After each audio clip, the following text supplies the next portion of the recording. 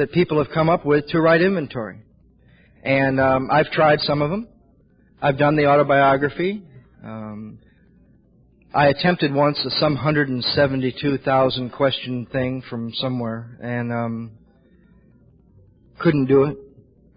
I'd gone over all that and over all that and over all that for 12 years. And all I know about that is if anybody here can find an inventory other than this way that has a set of promises attached to it that will absolutely happen if you write inventory that way, every time you write inventory that way, for anybody you ever see write inventory that way, I would love to try it. I'm open to that. But I haven't found an inventory with a set of promises that will absolutely happen when you do that, other than this one, in the short time that I've been sober. So, based on that and the experience I've had each time writing inventory this way, I continue to do it this way. I've tried some different things with the basic format.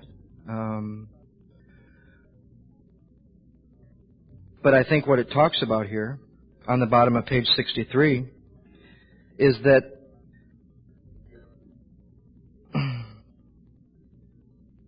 this decision that we just considered at the third step on the top of 64 is a vital and crucial step, but it could have little permanent effect unless at once followed by a strenuous effort to face and be rid of the things in myself which have been blocking me. That was very important for me, that statement, because I thought once again I was going to have to go into the middle of all that stuff that I had just spent 12 years going through and work on it or cope with it or deal with it. And I remember my sponsor saying to me that there's two basic ways to go into inventory, frames of mind. And one is if you told a little kid to go clean his room and he thinks all he can do is move stuff around and rearrange it, that would be a terrible job and he wouldn't want to do it. But if you told the same little kid, you get to go down to your room and you get to throw everything out that you don't want anymore for all new stuff, he would go into that same room and he would be overjoyed. That would be a wonderful experience for him. And that I should try to take that frame of mind into my inventory because it tells me exactly what inventory is. And it is an effort, and it sometimes is strenuous. And the first one was very strenuous. And it is a strenuous effort to face and be rid of. It doesn't say a strenuous effort to face and cope with the things we're having trouble with. It doesn't say face and deal with the things we're having trouble with and how we feel. It doesn't say face the patterns of your life so you can be more in touch with how you feel so you can work on it. It says a strenuous effort to face and be rid of the things in ourselves which have been blocking us from God, from myself, and from other people. An effort to face truth. A man said to me one time, and it made really good sense, that if you're seeking truth, you're seeking God, because God is truth. And I don't know, I made that decision, and I did the prayer, and I got up off my knees, and we talked a little bit, and he started reading this to me about the inventory, and he gets to the bottom of the 64, and it talks about resentment being the number one offender, and that it destroys more alcoholics than anything. Now that's an interesting statement, that resentment destroys more alcoholics than anything else, even alcohol. Because from resentment stems all forms of spiritual disease. We are not only bodily and mentally ill, we are spiritually sick. And that's what we've covered all the way up to this point. The physical part, the mental part, the spiritual part. Now we're going to get down to the cause and the condition of my alcoholism. I think one of the things to be aware of, because they use it on the next page in the example of the 3-column inventory, is not to confuse the second column as the cause of your alcoholism, because they call it the cause. It just happens to be, and you later find out that isn't even true, the cause of the resentment that you think of at the time. But I think in the middle of the 4th column, which we'll get to in a couple pages, which is not in the example, but it says should be put down in black and white, the root or the cause, and in the 3rd column, which they do give us an example, the condition of each area of my life and where these resentments have taken me. it was an interesting idea to me that resentment is a spiritual malady. I always thought resentment was an emotional problem or a mental problem because I feel it and I think about it.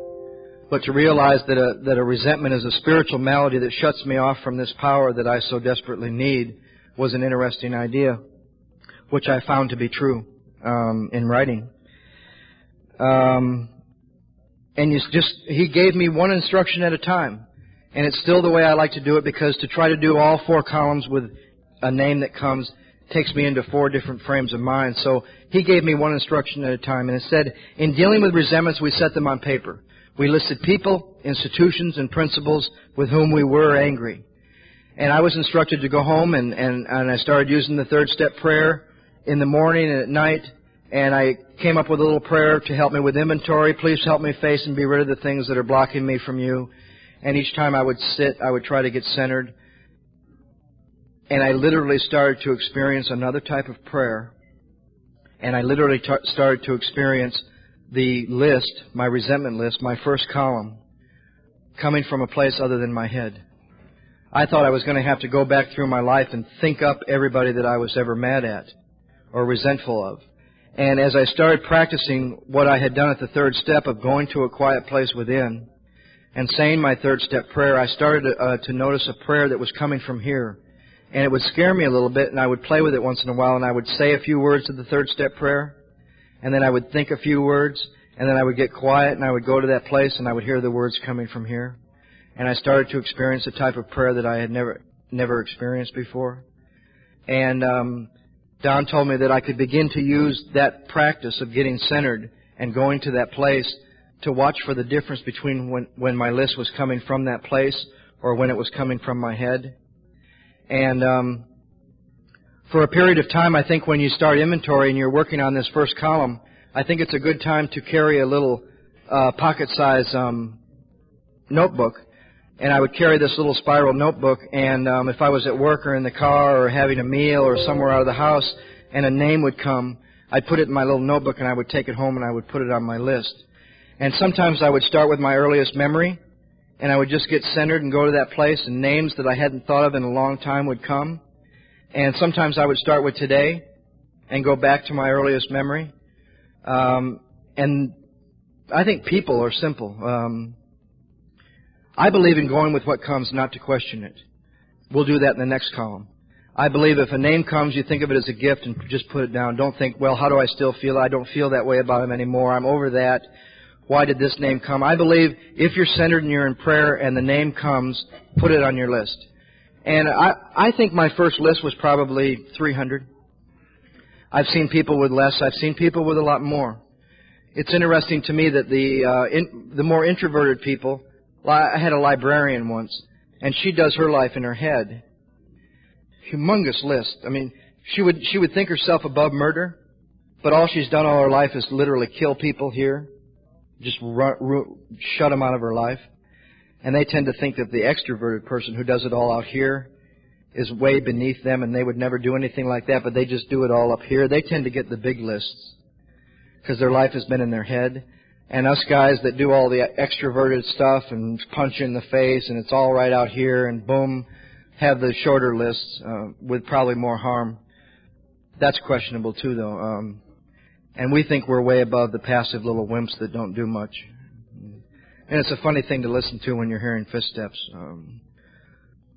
The passive thinkers thinking they're way above the aggressive doers, and the aggressive doers thinking they're way above the passive thinkers.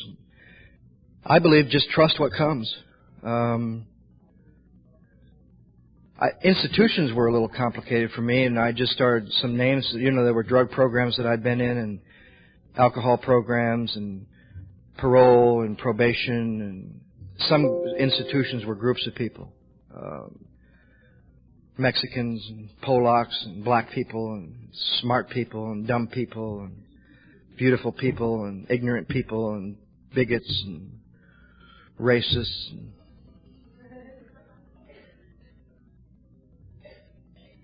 landlords, and bill collectors, the institution of marriage,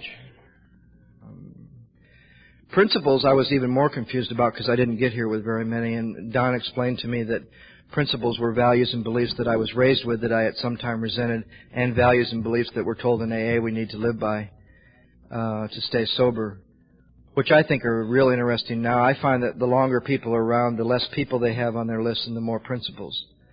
And it's also interesting to me that every principle I've ever resented, if I look at the opposite of it and I'm honest with myself, I've also resented the opposite of it at some time. Love, when it starts to choke you or confine you or make you feel like you're suffocating, or hate, or truth, or lies, or honesty and dishonesty, and selfishness and unselfishness. All kinds of stuff came. And I just listed them, and I kept asking him, how will I know when I'm done? And as I said, in going through this every year since that first one, my inventories get shorter, and my amends list gets smaller. This last inventory that was about 40 pages took I sat down 3 times for 2 hours and it was done. The last 2 before that, I spent a little time each day for 5 days. So I'm not going back through that old stuff that I've gotten free of. There's new stuff that comes from the past. There's new stuff that comes from people I've written about before because I'm still involved with them. They're still in my life. But I kept asking him, how will I know when the list is done? And he just kept saying, you'll know when the list is done when you know the list is done. And one day I sat with it a few more times and nothing more came. And then there's really only one instruction for the second column, and that is to ask yourself why you were angry. And this is where I enjoy it. If I had this big list, let's say I have a list scattered on several pages, and then you don't need to worry about saving space or room or institutions in one column and principles and people in another. Just let it flow, and you'll know when it's done. I was told to take the first name off my list and put it on the left-hand side of a piece of paper and number it, and then just go next to it and letter them. When she did this, and when she did that, and when they didn't do this, and when they didn't do that, and just let that second column flow. I never saw this until not too long ago, but Bill actually gives us 2 ways to do the second column in his example.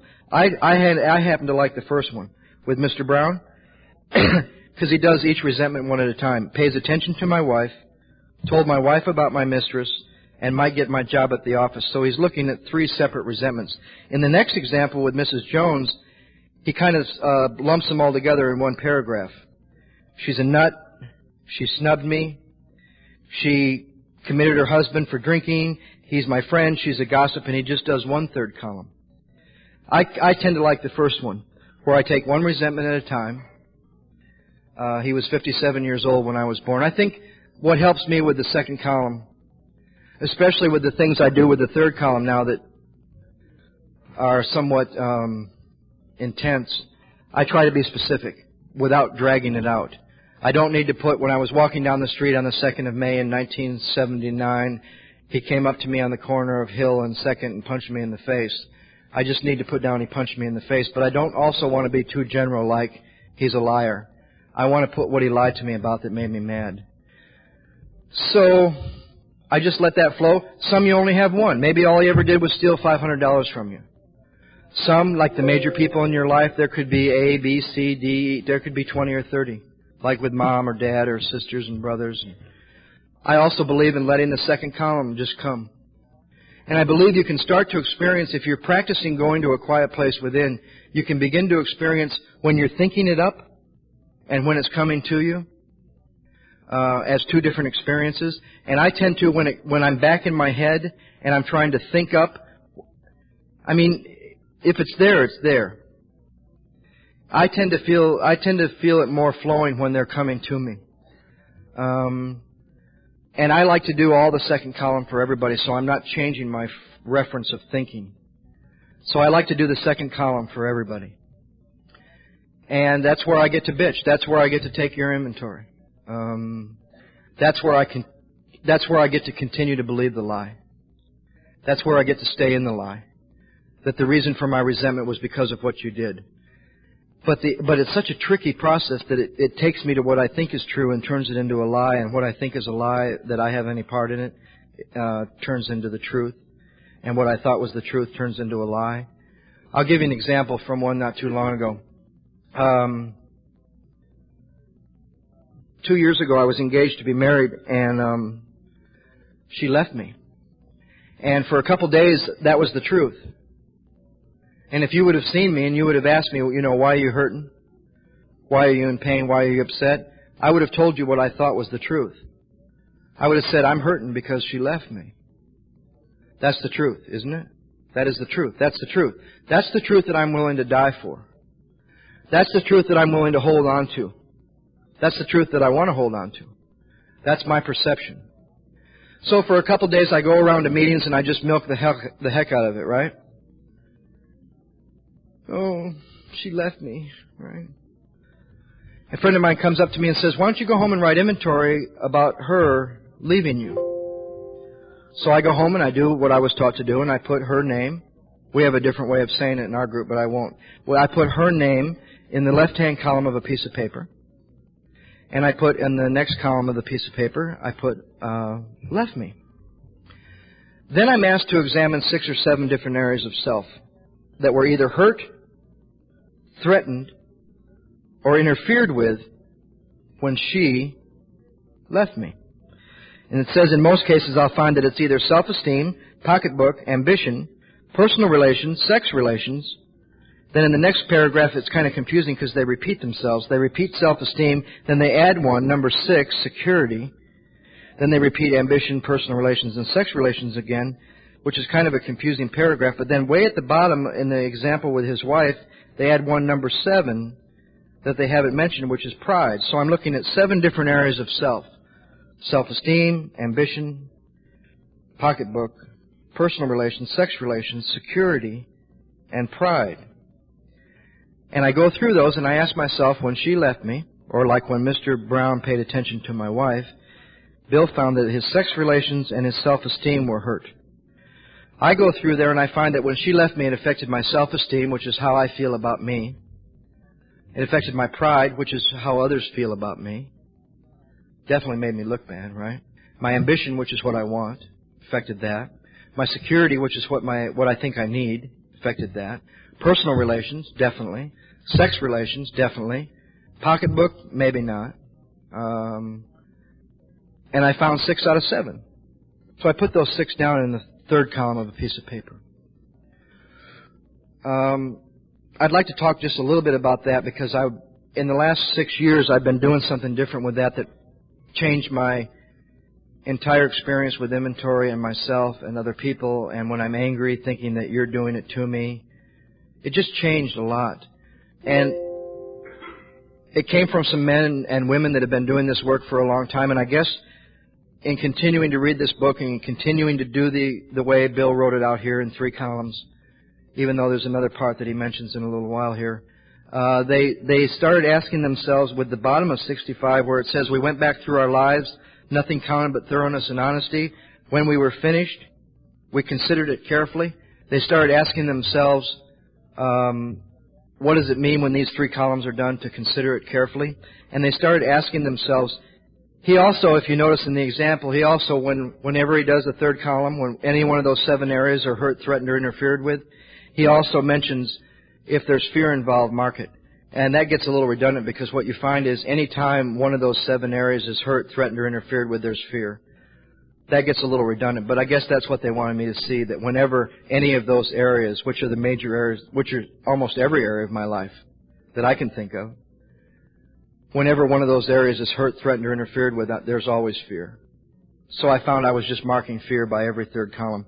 But in asking themselves, what did they mean when they said, when we were finished, we considered it carefully? They started to ask themselves, because the way I used to do it was I would read it to you, I was mad at so-and-so for leaving me. It affected my self-esteem, pride, ambition, security, personal relations, sex. And I would read those words to you, but there was never any connection to it. And after about 2 of those inventories, a friend of mine asked me once, he said, with all you've seen in the 4th column, which is looking at my part, selfish, dishonest, self-seeking, and afraid, with all you've seen in the 4th column as far as your part, in either bringing it on or while it was going on or after it happened, your part, your stuff, what you did, in all you've seen in that, in these 2 inventories, if we took an example right now, and he took the example of so-and-so leaving me and that affecting my self-esteem, he said, why do you think your self-esteem was hurt? And I said, because she left me. And that's the trap that he wanted me to fall into. Because he said, oh, so you're blaming your troubles with self-esteem on the person in the first column and what they did in the second column. And what I was literally telling him, that my problem with self-esteem when she left me was because she left me. Then once again, my troubles are not of my own making. My problem with her leaving me as far as it affecting my self-esteem were her fault.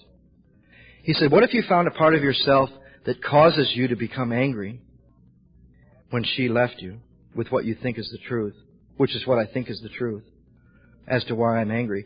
What if he said, what if you found that a part of you that causes you to become angry was hurt when she left you because it tells you that no one should leave you no matter what you do and you're really the king of the hill? And that it's not low self-esteem. And that your self-esteem was not hurt because of her leaving you. Your self-esteem was hurt because of this belief system you have when you get angry. And I started to examine the third column from an ego belief system. And my ego wants to put down because I felt worthless, no good, rotten, piece of you-know-what. Or undeserving and she should have left me. Or what I thought I was no good and deserved to be left anyway. And with that, I never get to anything concrete because what I think and how I feel is constantly changing. One minute I'm a rotten, no good son of a gun. The next minute I'm,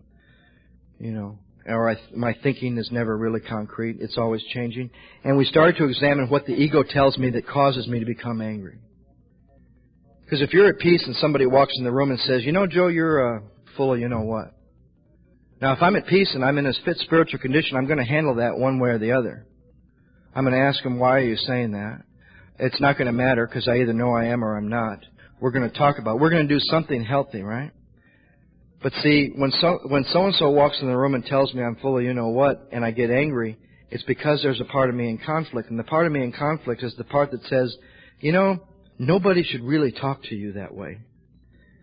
You're such a fine, upstanding guy, and you're really quite a hell of a guy that no one should really talk to you that way. And that's why I get angry.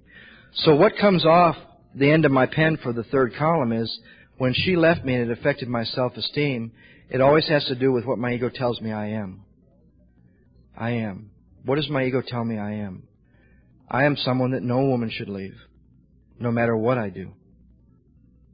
Don't think this is what I'm examining truth. This is where I'm examining the lies that my ego tells me. And my pride, how you see me, no one should see me being rejected by anyone. My ambition is what I want. I want her to stay no matter what I do. Security, then you're up against the biggest lie of all because you're in direct conflict with your ego, the stuff it tells you need to exist. And the biggest lie of all comes off the end of my pen. I need her to stay to be okay. You know that stuff in the middle of the night your ego tells you literally need to exist? It's never God. If I don't get that job, if I lose that money, if I don't get her back, you won't exist any longer. And personal relations, no friend should do that. Sex relations, women are meant to be left, not leave. Women leave. Men leave women. Women don't leave men. And all these screwed up beliefs that I have that my ego tells me. Now, I was not able to do that the first time. What I was able to do the first time was to write the two columns and put which areas of self were hurt, threatened, or interfered with. And we talked about that in the fifth step. I do not share that with people that are doing inventory their first time. We talk about that in the fifth step. But for the last several years, I have been able to examine that, and I have seen that when I can really see what I'm up against that causes me to become angry, I no longer think that it was her leaving me that affected my self-esteem. And once again, I get to get free because my troubles with her leaving me and it affecting my self-esteem were not of her making. It was because of this belief system I have when I get angry. Then it tells me it gives me some things I should be convinced of. That my life, when it includes deep resentment, leads only to futility and unhappiness. And what happens when I permit these resentments. Then it asks me to do two different exercises in looking back over what I've written. One is kind of if I'm to be free of this anger, I turn back to what I've written and I try to look at it from another angle. and I try to take a kindly and tolerant view, and I try to see this is a sick person like myself. How can I be helpful? They give me a prayer. Some people do that for every resentment before they move into the fourth column. I tend to do this little prayerful exercise whenever I get to the fourth column and I can't see anything. I'm stuck. I try to do this little prayerful exercise. So they take me through that. Then they take me to going back to what I've written once again, putting out of my mind what they did. I resolutely look for my own mistakes, and I write out where was I selfish, dishonest, self-seeking, and my fears. And I find that I find those in the third column. My dishonesty, there's three types of dishonesty in my experience. There's the outright lies. I lied to her about this, I lied to her about that, I lied to her about this, with explanations. I don't go along with the little fourth column checklist thing, because it gives me nothing for my fifth step and it gives me nothing to be clear on to make my amends. I think my book says that it says where, not were we selfish, dishonest. It's where was I selfish. So I write explanations. As far as the dishonesty, I look at outright lies. I look at the lies of omission that I used to think weren't as bad as the things that I literally lied to you about. What do you mean, honey? I was having an affair. I never told you. I didn't lie to you about it. I just never told you. That's just as dishonest as telling a lie. So I look at those two types of dishonesty, and then I look at the self-dishonesty, the delusion. I thought I was so special she should never leave me. I thought that I needed her to be okay. I look at three types of dishonesty. As far as honesty, I think the best, from these inventories that I've written, the best definition of honesty for an alcoholic that I've ever heard is that I will do what I say I'll do. I will say what I will do, and I will do what I say I'm going to do. Because when I look at these inventories and where I cause harm, I've either not told them what I was going to do, or I have not done what I said I was going to do. So I think the best working definition for me has been that I will say to you what I am going to do, and I will do what I say I'm going to do. That works for me. So I'm exploring selfishness. It's what I wanted. I wanted her to stay. I only cared about how I felt. I only care about what I wanted. Things that I did that were selfish. And self-seeking, the things I was after. Some people ask the difference between selfish and self-seeking. I don't tend to try to figure out exactly where they belong under those two, but the best one I've ever heard is selfish is the stuff that I want to hold on to and not let anybody have, and the self-seeking are the things that I'm after that you have. But nowadays, I just try to get to, based on this resentment, what did I do? What did I do? Did I shun her? Did I scream at her? Did I punch her? Did I shut her out of my life? Did I, what did I try to get? What was I after? Then my dishonesty. And then I get to look at my fears. And I find my fears all the way through the third column and all the way through the first part of the fourth column that I've written. And they just come out real simple fears with no explanation. Looking bad, not getting what I want, rejection, pain, being alone. And then I'm going to examine those in the next inventory. I do 3 separate inventories: resentment, fear, and sex. Before I ask someone to write the fourth column, we go back to that statement on page 62. Our troubles are basically of our own making, and I ask them that before they start the fourth column, because see, the fourth column can be one of two experiences. You can go into it with your ego and beat yourself up for what a rotten, terrible person you are, which is just ego.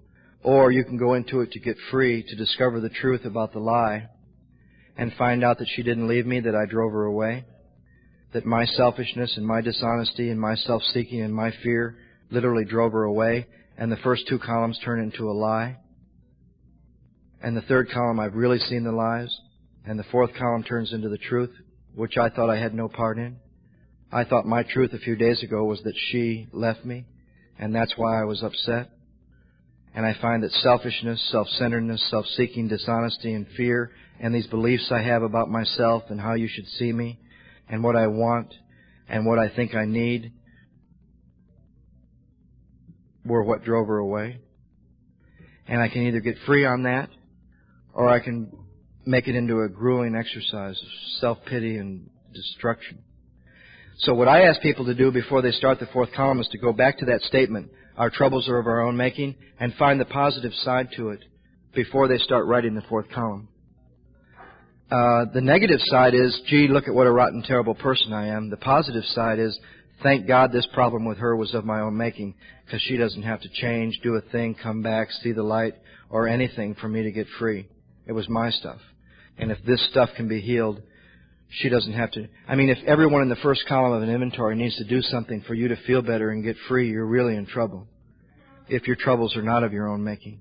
And it's an amazing thing for me to be able to say to you that from my first inventory, that big inventory, I couldn't find one resentment in my entire life where I didn't play a part. So you always get the standard question. How do you take the blame, or how do you see your part when you were 5, 6, 7 years old with all these terrible things that happened to some of us? Well, you can't. But you can see what you did with it for the next 30 or 40 years. It's literally held you back from a lot of people. Now mine, I didn't have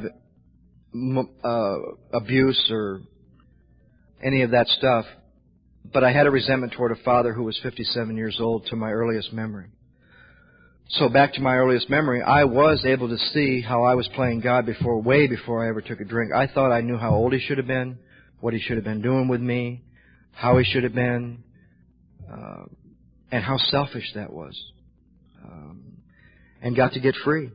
And he'd been dead for 9 years. And all I did was follow through 5, 6, 7, 8, and 9 at his grave. Did the 9th step at his grave and got free of a lot of blame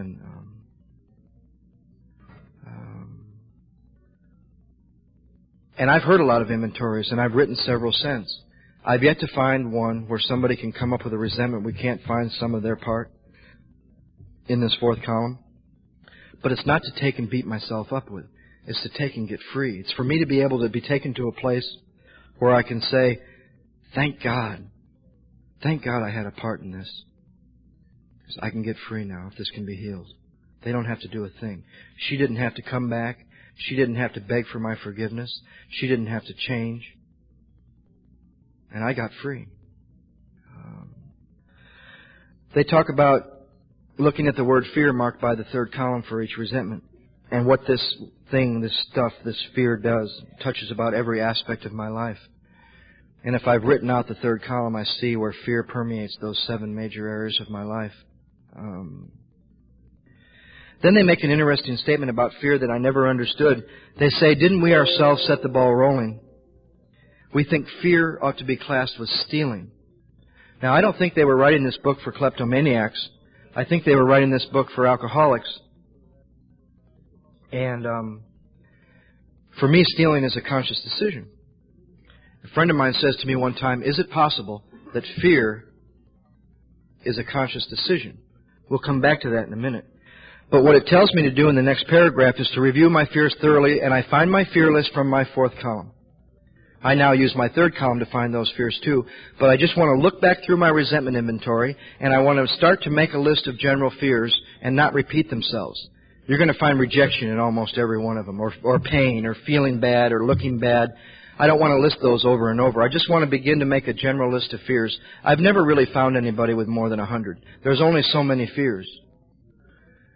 And they're all through my resentment inventory. Some of them I had no resentment in connection with. So when I was done with that list and I'd gone through the whole resentment inventory, I said a prayer and I asked God to show me any fears that didn't make my resentment inventory, and a few more came out. Heights, snakes, bugs. And I started to work with this general list of fears. I was told to go back through it and cross off any repeats. You don't need to put rejection from mommy, rejection from daddy, rejection from my girlfriend. I'm just flat afraid of rejection. And I think my first one I had about, I had about as many as my last one. But what you find out is that there ain't as many as you think. Because what the next instruction is with this general list of fears, however many you have, is to ask yourself why. So it kind of turns into a 2-column inventory. And I don't go past the list until I'm done with the list. I take the first name of the first fear off the list, I put it on a piece of paper, and I ask myself why. Why am I really afraid of rejection? Well, if rejection felt good, I wouldn't be afraid of it. So the reason I'm really afraid of rejection is it's painful, makes me look bad, I'll be alone, and it just comes out to a real simple second column. And I do that for each of my fears. Then I was shown a very interesting thing. I was showed that what I thought, from all these fears I found through my resentment inventory, what I thought was about 50 fears, once I wrote the second column and looked back through the second column, it was really only about 10. So the fear inventory begins to turn into like a playoff chart from a tennis tournament or a basketball series, where you start with 36 teams and you end up with 4 or 5 or 6. And I looked through this second column, and there's about 10 fears. I took those 10, and I wrote a second column on them, and I saw that from those 10, there was really only about 4. And I find that this big, huge mass of fear that I think I live with is really only about a couple things. And different people find their own truth in that. It usually has to do with, as far as I've been able to break it down, for me now sober, it usually has to do with relying on self or relying on God, or pain, or pleasure, or failure, or success. Whatever word you put on, it comes down to 2 basic things, whether to die an alcoholic death or to live on a spiritual basis. Every fear inventory I've ever written comes down to those 2 propositions, whatever names you put on them when you break these down. And it even says, isn't fear because self-reliance fails? And we went back to that question, is it possible that fear is a conscious decision? And I say to myself, I have never chosen consciously to be afraid of these things on my list. I never made a conscious decision to be afraid of heights or snakes or looking bad. Or they say, well, is it possible there's one decision you've made on a regular basis that sets up every fear you've ever had? And that decision that I've made on a regular basis that is a conscious decision most of the time that sets up all my fears is to rely on self. And I start to see that isn't my fear because self-reliance fails.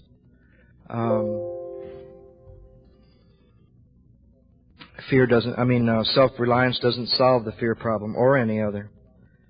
When self-confidence makes me cocky, fear is worse.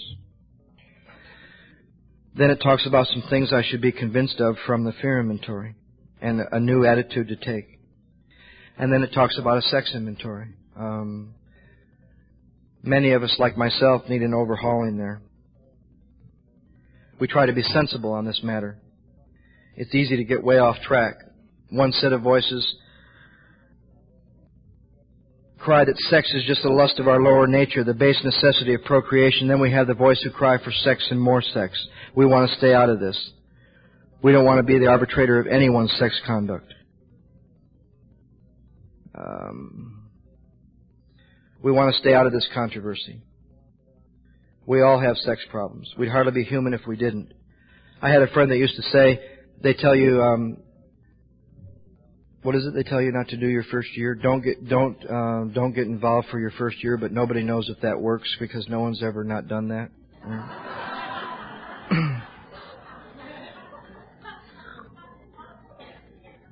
The one I like is don't make any major decisions the first year, and then a couple months later they're asking you to decide to turn your will and your life over to the care of God. No big decision there, right?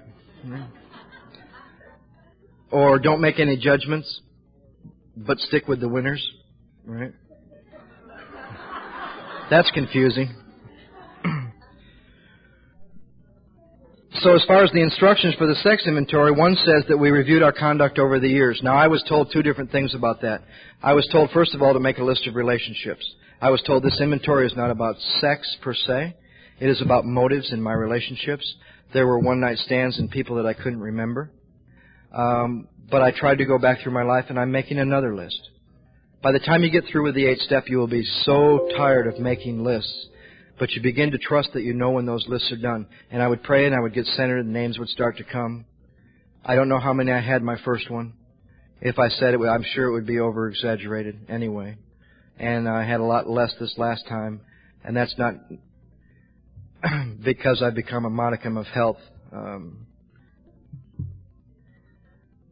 Several times I was told to make a list and answer these 9 questions, and I would just do them in paragraph form. And there's 9 questions with explanations. Where was I selfish? 1. Dishonest? 2. Inconsiderate? 3.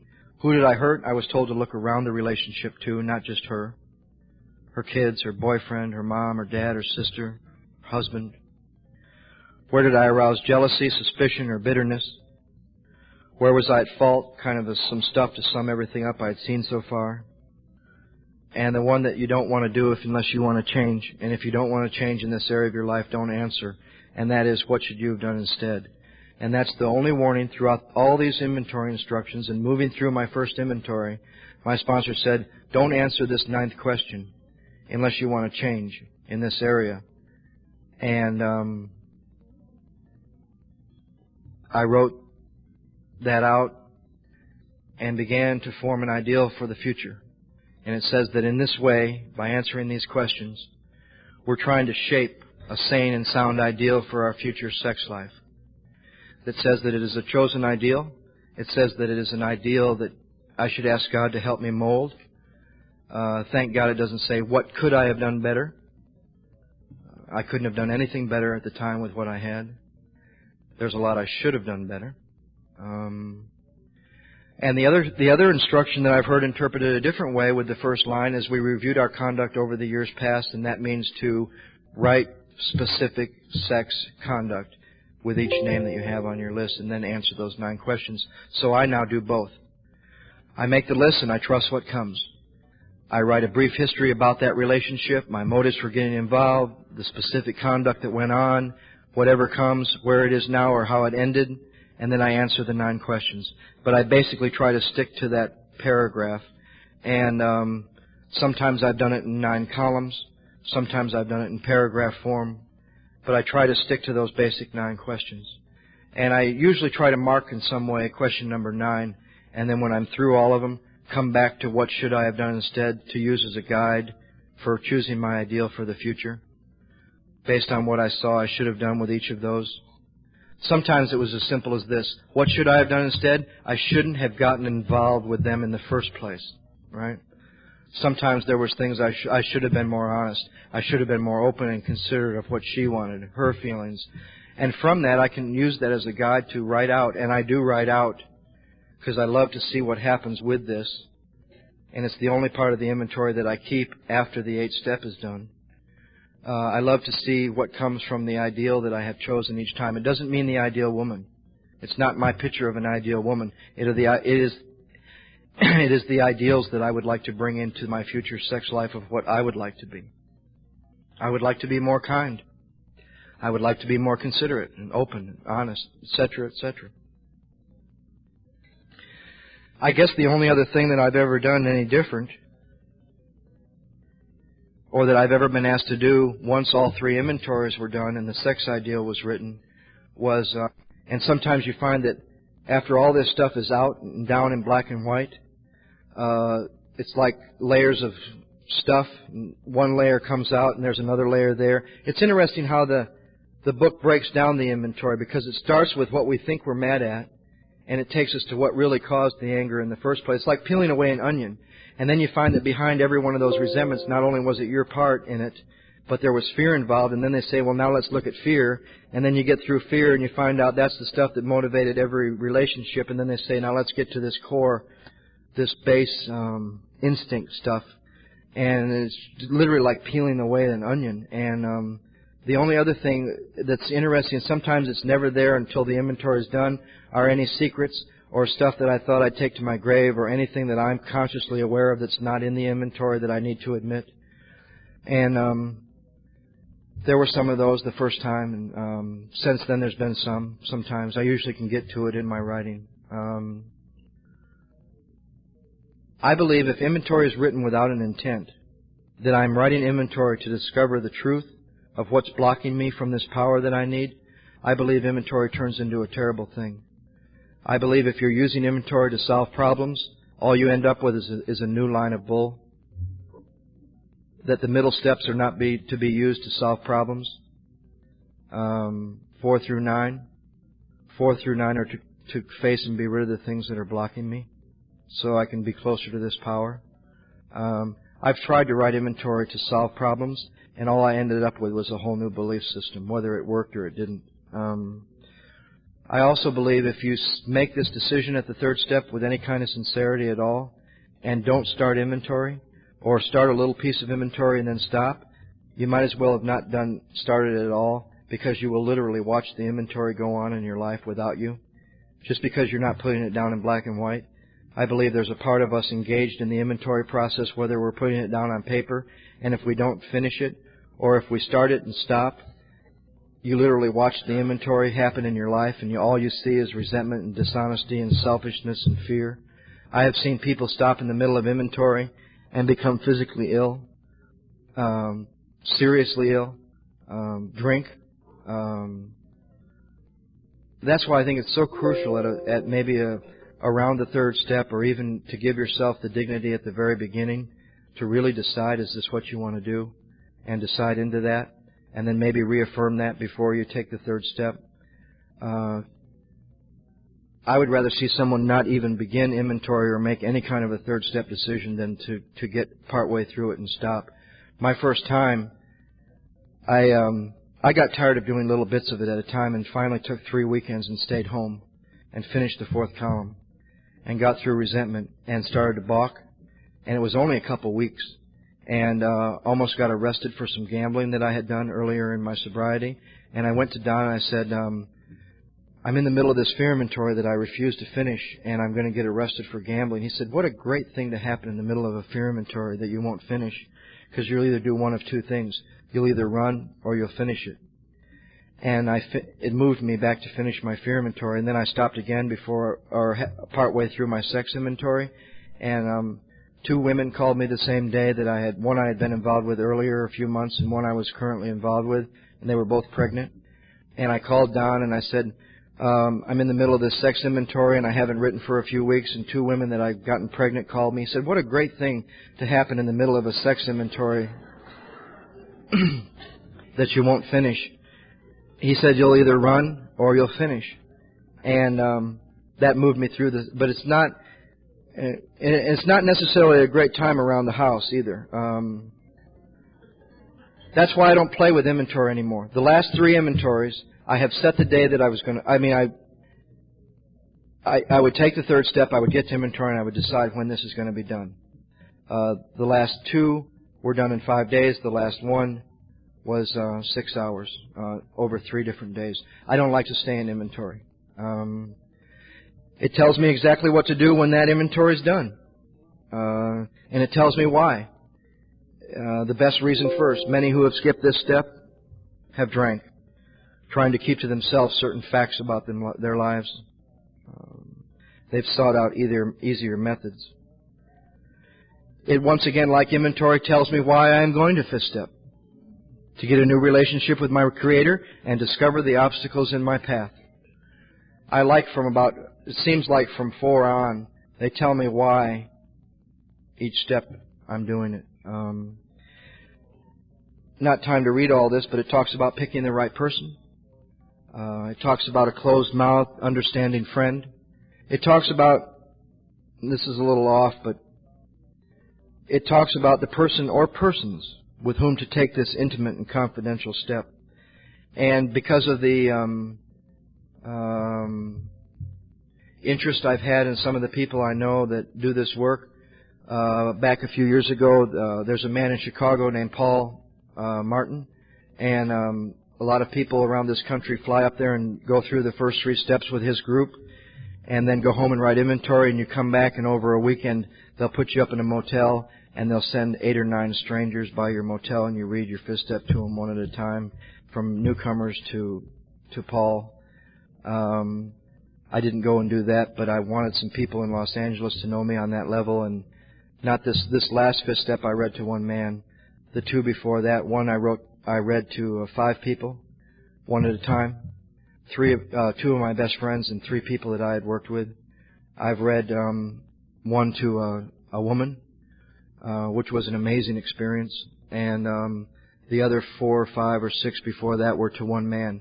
And that came from a day of waking up and being trapped by the ego And my ego said, there's only one man in this country you can go read this inventory to, and that's Don P. in Denver. And the next thought was, if you believe that, you're dead. And if you don't let some other people know you on this level, it's going to kill you, because what happens if Don is gone? And that was at about 5 years sober. And that year read my fifth step to two men that I had worked with at one time. I've had times where writing inventory, I want to lock it up in a safe in my room, and I would no way think of letting anybody see this. No one should find it. It's locked in my briefcase, in the car, in the trunk. No one's going to get to this inventory. And I finish writing, and I take it to somebody, and I read it, and the next day, there's not one thing in there that I couldn't say to anybody in the whole world. And you get free. I've never come out of a fifth step feeling bad. I've never come out of a fifth step not feeling free.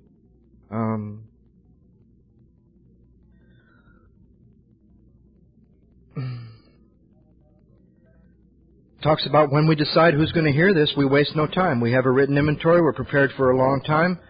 We're prepared for a long talk. We explain to the person what we are about to do and why we have to do it, and he should realize that we are engaged upon a life and death errand. Most people approached in this way will be glad to help. They will be honored by our confidence. If you would have said to me that a year ago,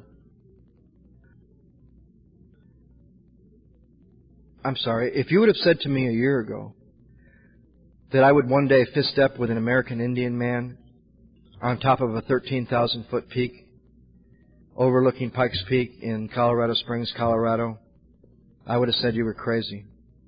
There's no way I was open to anything like that. If you would have said to me 4 years ago, you're going to fist step with somebody other than Don P., I would have said, you're crazy. I can't do that. And every time I wanted to get free, the same voices that are out in the meeting where I talk about wanting to get free aren't the voices out in the meeting. They're the conflict within me. And there's always the voice that says, you can't do that. And there's always those of you and the voice within that says, go for it. You really want to get free? I think every conflict that I experience outside of me is some kind of experience it's some kind of conflict that I'm experiencing outside of me. I've yet to experience any conflict that wasn't something that was going on inside of me. When there was people at the meeting when I said I wanted to go to my dad's grave and make amends, and they said, you can't make amends to someone who's dead, and the other part of the room said, go for it, son. You can go to his grave and you can do what you were told to do. That wasn't a conflict in the meeting. That was my own conflict.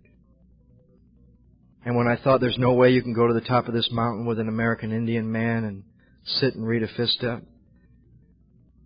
that wasn't because there was people telling me I couldn't do that. That was because there's a part of me that believes what it believes, that doesn't want me free, that wants me confined with prejudice, culture, old ideas. Old ideas aren't that bad anymore. It's the new old ideas. The worst ones are the ideas based in virtue. I used to have this black and white mind that thought anything negative is all negative and anything positive is all positive. For example, self-will is all bad and helping others is only good. And it was a one-sided mind, and I couldn't see the duality of things. And in writing inventory, I wondered why the seventh step talks about the good and the bad. And I wrote in some inventories some stuff about self-will that did a lot of good. What do you think newcomers are really attracted to here? If we were all saints, do you think they see our holiness or our spirituality or how great we are, or do they see themselves? And I saw, even though I don't like when self-will causes harm, a lot of my self-will has done a lot of good. And working with others and trying to be helpful has sometimes kept me from looking at myself, and it's been able to be used to keep from doing that, and that there can be negative in that. And that within every negative there's positive, and within every positive there's negative. And started to see things with a different mind. So you come to this place of admission to someone else.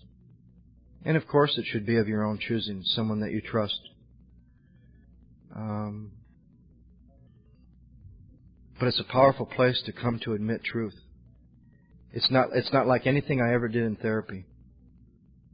It's not like anything I ever did in group, because my intent is different.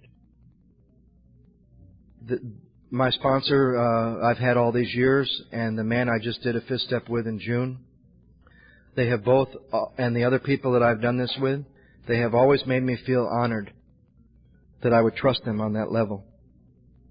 And they have always helped me feel that we're involved in a spiritual activity with myself and them and God present, and that this stuff was about admitting truth, to seek that power, not to analyze, not to figure out, so we can work on it. I had a young man not too long ago with quite a bit of sobriety, and we did a lot of work together, and he put a lot of time into inventory, and he came over to my house, and we started to read this inventory. And when you've done this for a while and you've watched fifth steps rather than just doing your own, you've heard other people's, you watch for something to happen. And what you watch for is you watch for them to begin to crack, and the ego begin to crack. And as he was reading, it was clear as a bell. What he had written was clear, and it was starting to happen, and I was watching it happen. And once in a while he would want to stop me and move out of it by saying, "Do you want to help me see anything with that?" I'd say, "No, it's clear. Keep reading." A little while later he'd say, "Do you want to help me see anything with this one?" What he wanted to do was he wanted information so he could go fix it. He didn't want to experience the experience. He wanted more knowledge about it. And I'd say no, but if he wasn't clear, we would talk about it. But it was clear as a bell. And the first day we weren't done yet, and he went home and he came back the next day, and I said, "Describe what last night was like." And he said it was like I was experiencing my own death. And I said, "Great, that's what inventory is. That's what the fifth step is about.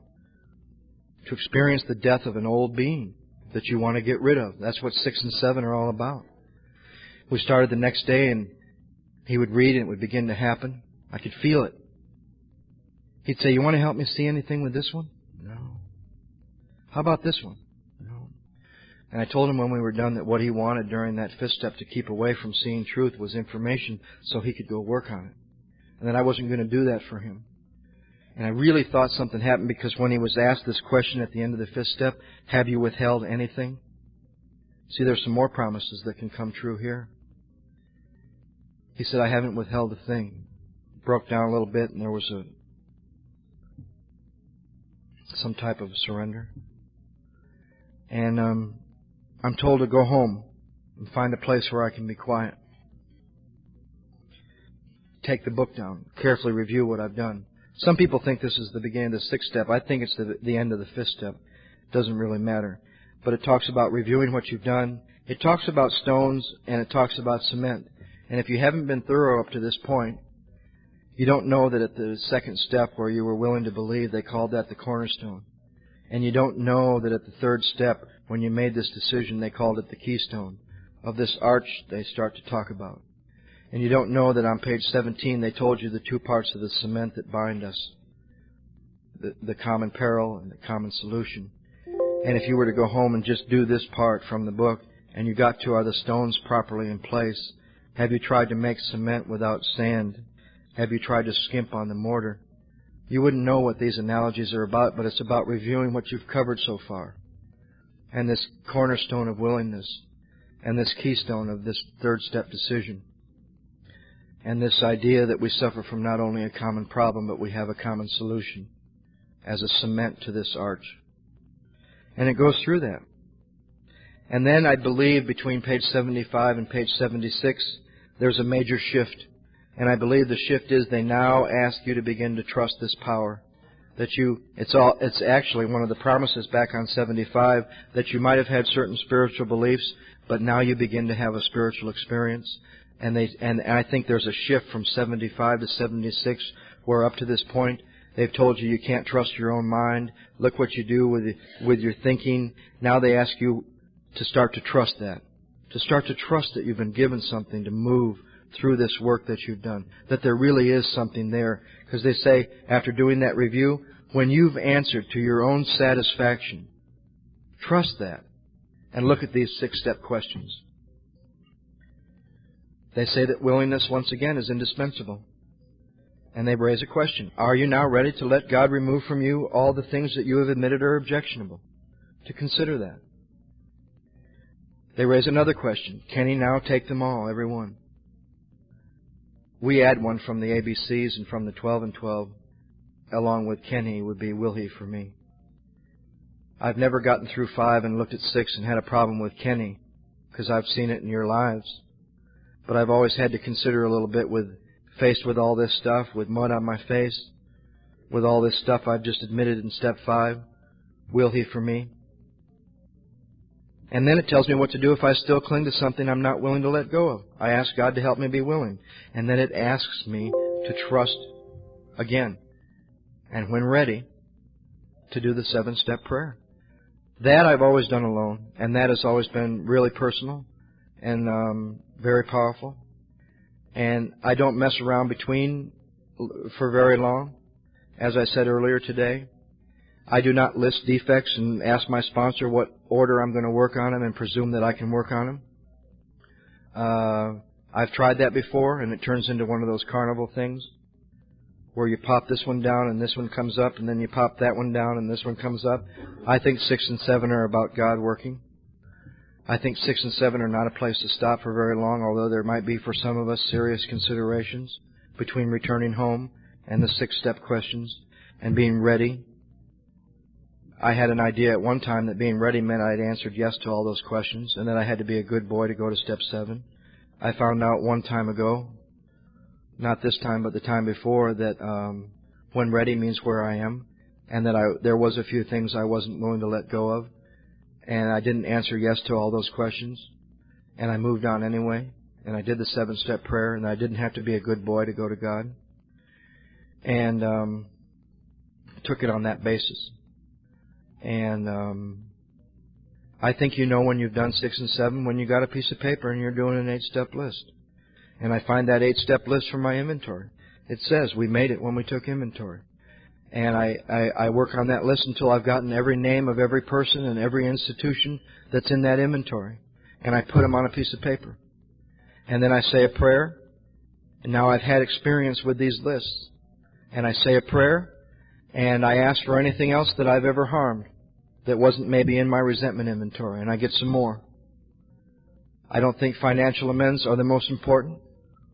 I don't think any of them. You know which amends I think is the most important? The next one.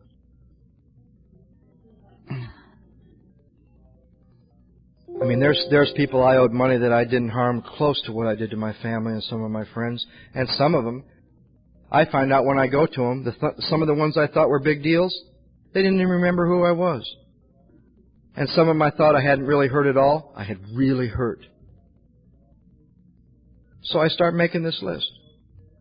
It's interesting sometimes for those of you that have been around for a while, if you do another inventory, and there's a lot of principles in that inventory, make a list of principles that you've harmed and ask yourself how you can make amends for that.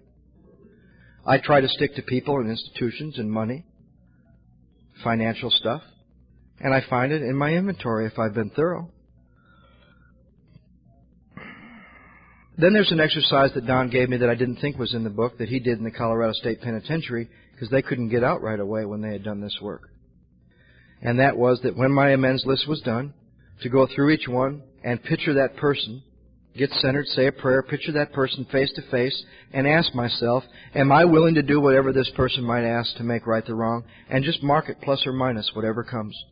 And I found out later that it says here at the bottom of 76, as we look over the list, so they're asking me to look over this list, we may feel misgivings about going to some of them, or diffident about going to some of them.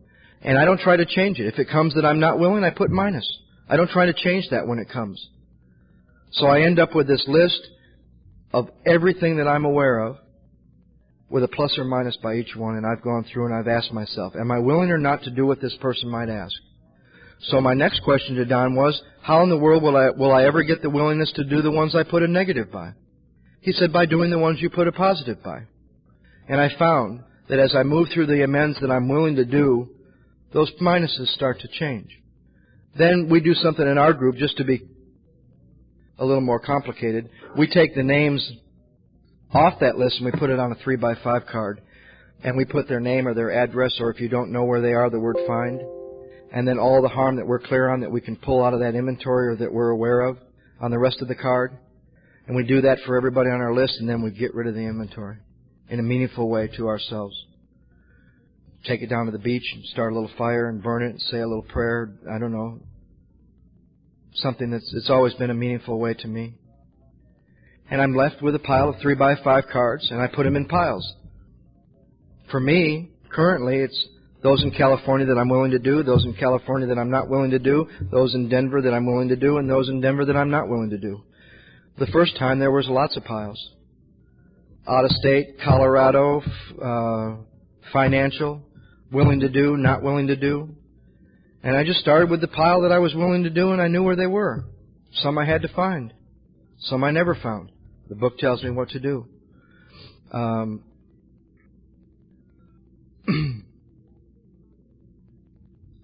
I think the freedom, I think there's more work in the 8th step with my sponsor than I did in the 5th.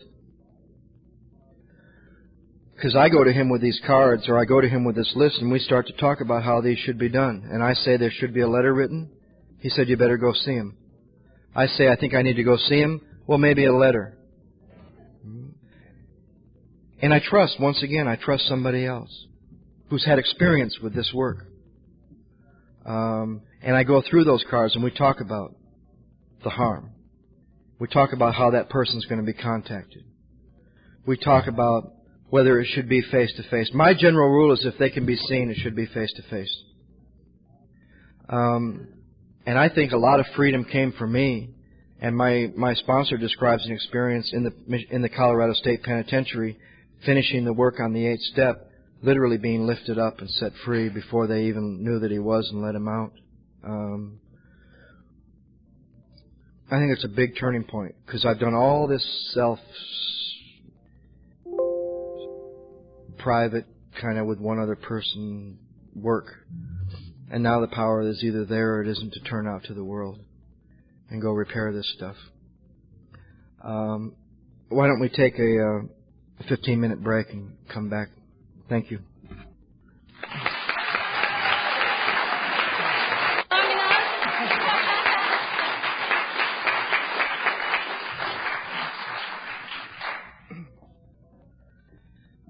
I'm Joe. I'm an alcoholic.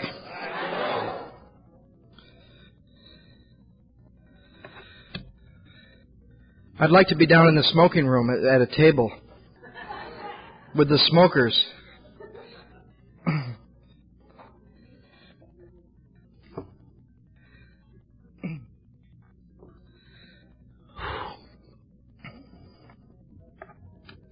I think the 9th, 10th, 11th, and 12th step of Alcoholics Anonymous are the most exciting things in the entire world.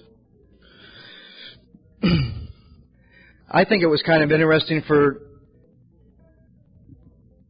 those of you that have been here since this morning that are aware of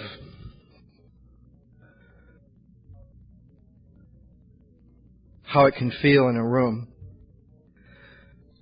And I've done it where we've been closer together before. Like, 30 or 40 of us in a circle where we're close. And you start talking about the first step. And I could feel it here today, and I'm sure some of you did. You can literally feel it come over the room, kind of. And it gets hard. And it's just on you. It feels heavy. And you move into the second step, and you get a little energy. And I was a little tired with 4 through 8. That was probably the hardest for me to talk about, and it should have been the easiest because I've just come through, like I was sharing earlier, from June 15th to June 25th for a 10-day period in Denver, 1 through 8. And it was interesting to me in the last session, even though I was a little tired and I had just eaten lunch and everything, that 4 through 8 were not easy for me to talk about. I think that has to do with an experience that's currently going on that's new, that's hard to talk about. And I think some stuff happened with 6 and 7 that I'm right in the middle of. And in becoming willing and looking at this list of amends that I have at 10 years of sobriety, my sponsor has a sponsor, and I know he wouldn't mind me saying this because he's shared it himself from a lot of podiums, named Gary from Indianapolis, Indiana. And at 26 years, and he'd been doing this on a regular basis all those years, was experiencing some things in his life that he wasn't happy with. And he heard about this man that I talked about in Chicago and had met him but didn't know him well, named Paul. And flew up to Chicago and went through the first 3 steps with this man, 48 years sober. And drove home and wrote inventory, 26 years sober, willing to submit themselves to this process. And finished that inventory and went back to Chicago and sat in a motel room and in different lengths of sobriety, sat with strangers that he'd never met and read his 5th step, and then sat with Paul and read his 5th step. It was like 7 or 8 people over a weekend. Then they sat with Paul and looked at the 8th step. He got in touch with some amends he'd never seen. Financial stuff. Went home, talked to his wife, sold the house, moved into a trailer to pay off these amends. And when I saw him at the end of that, he was on fire more than the 10 years that I'd known him. He was willing to do that with that much time. This woman that I talk about, Lynn, from Denver, 33 years, runs the Denver Central office. She talked to me when I was in Denver last week about doing this work at 33 years. I remember one time when she asked me could she read some inventory to me.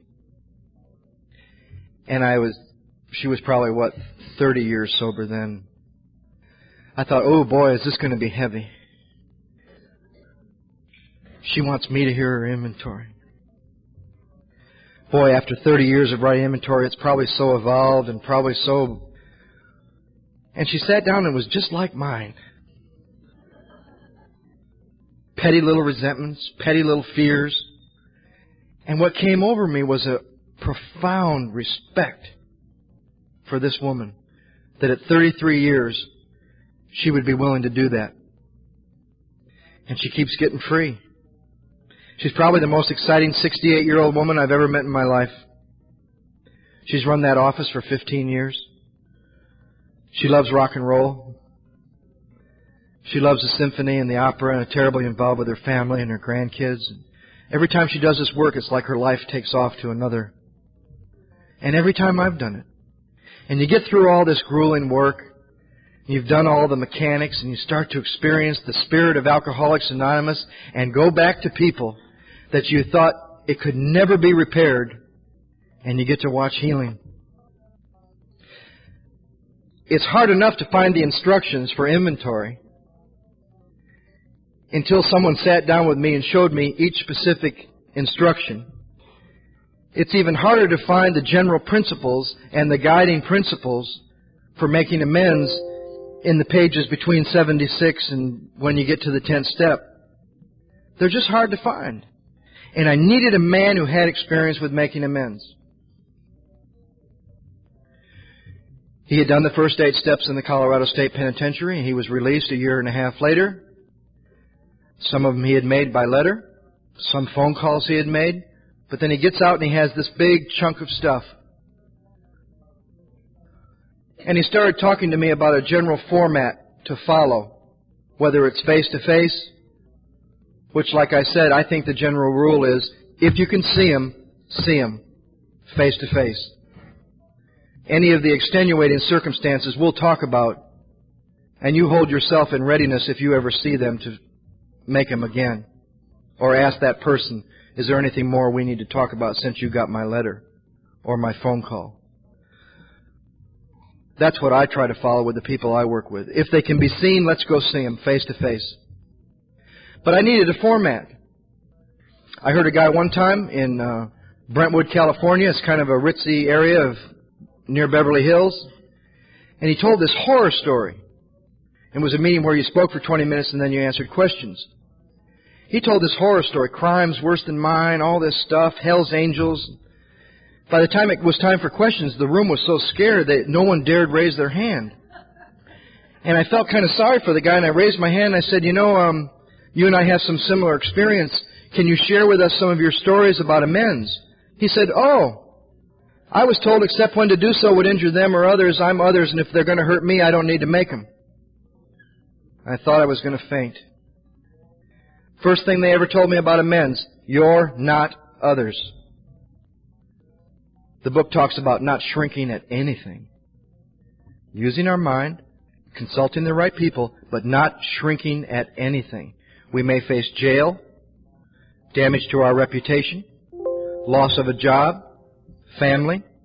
We don't sacrifice them to save ourselves, but we must not shrink at anything. And I needed a format to go to some of these people. I had some heavy-duty stuff. Armed robberies, guns in people's faces. I was not a nice guy who drank a little bit too much. I'm not a Boy Scout. Some of you that have been around for a while, I bet you've seen people come to AA thinking they were bad and they came here to get good and they were trying to become Boy Scouts die.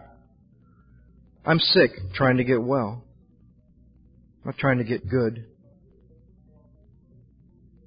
So I needed a basic format to go to these people. And I was given a basic 5-point format that still works for me today. And that format included in these pages, and we could pick each one of them out if we had time, as I've had to do as I've gone through this book. And they're all in here. It says that saying sorry is not enough. It will not fill the bill, and a remorseful mumbling that we're sorry will not fill the bill at all.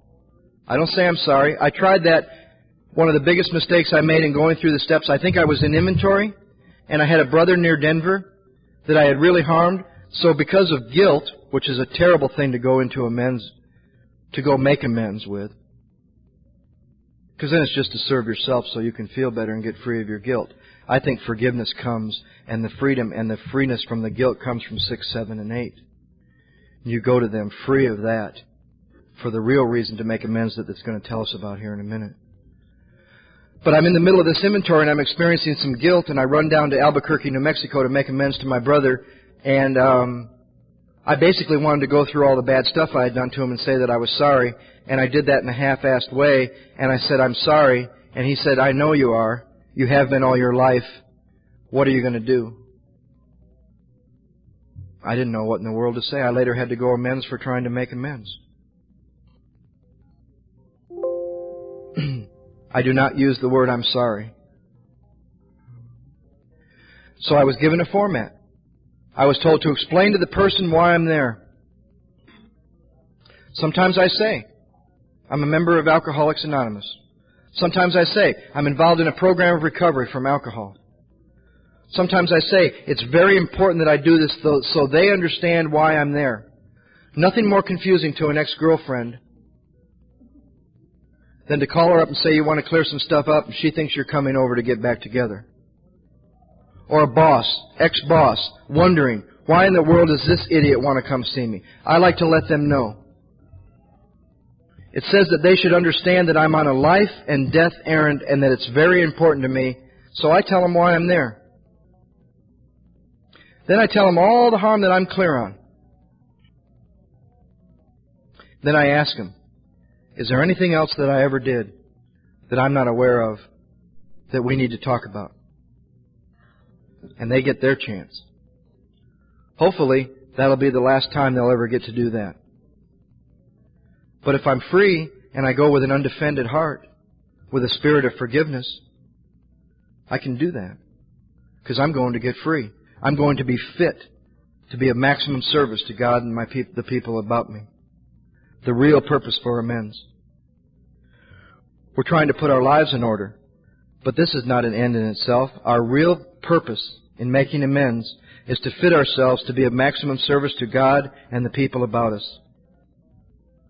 So I explain to them why I'm there and the harm I'm clear on and ask them, is there any other? And then I ask the magic question of all. I'm sorry. I asked one before that. And before that I ask, do you need to tell me how any of that hurt you? because I am sometimes terribly insensitive, and the ones I thought I really hurt, they didn't remember. And the ones that I thought I barely hurt, I really hurt. So I asked them.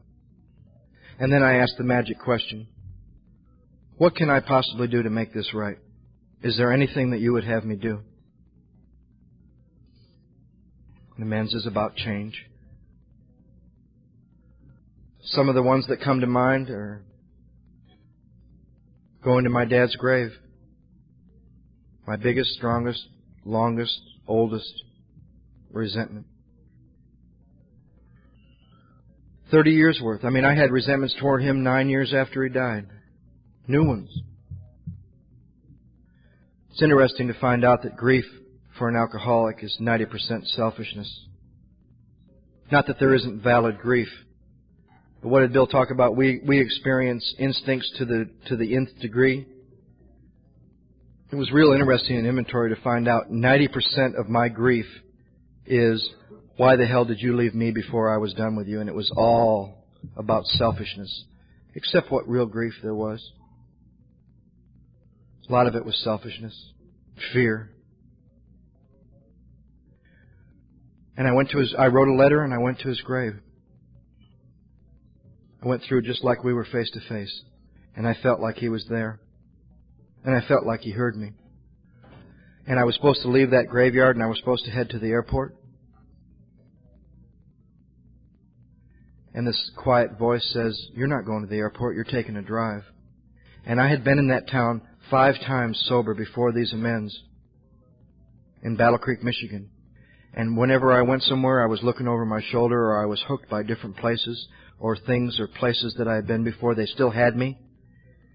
And that day, after making amends at his grave, when all my amends were done in Battle Creek, Michigan, I was literally guided to take a drive where I was born and the neighborhood I grew up in and where I drank and where I used to hang out on my way to the airport, and I was free. And the next time I was there, I walked down the main street and I didn't look over my shoulder and I wasn't worried about one person maybe seeing me. That's a day that a guy like me lives for. If you want to get free. If you want to just feel better, you could take each of those people and you could go to someone and you could sit in their room or their office and you could cry and yell and scream and talk and beat and punch and sob.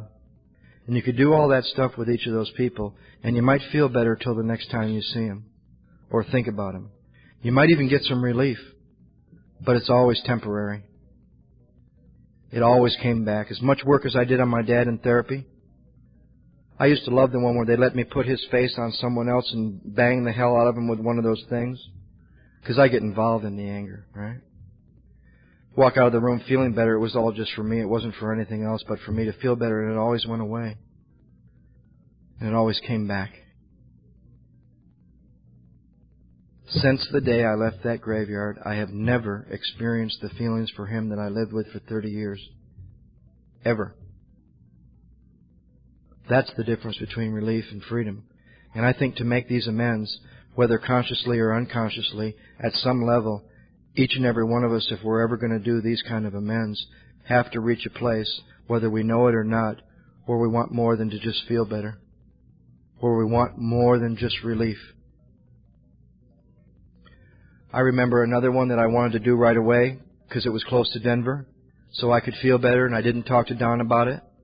And I was going to run up to Aspen to make amends to one of those girls that I had gotten pregnant early in my sobriety during my first inventory. And thank God at my hotel room, I sat and said a prayer, and then I headed for her store. Aspen's not very big. Between my hotel and her store, I ran into 5 people, including her sponsor, who every one of them told me, she's not ready to see you yet. And for the first time in my life, I didn't do something so I could feel better and didn't make it and went back to my hotel room. And for the first time in my life, didn't do something to serve myself and got free. And several months later, the door was open for us to see each other. And today we're great friends. I see her all the time. She lives in California. I can't heal something like that. Therapy can't heal something like that. Can the power of God heal things in my life that I can't? There I am. Back to my agnosticism. Once again. God is either everything or He's nothing. Where am I with that? It's a great time in the middle of balking at amends to realize and remember where you are with alcohol, where you are with step 2, and reaffirm that third step decision. Because every time I have started fooling around with amends, these men and women that have been doing this work for a long time, they always ask me. They'll either ask me one of two questions. Where are you with your third step decision? And where are you with alcohol? What's the truth about you?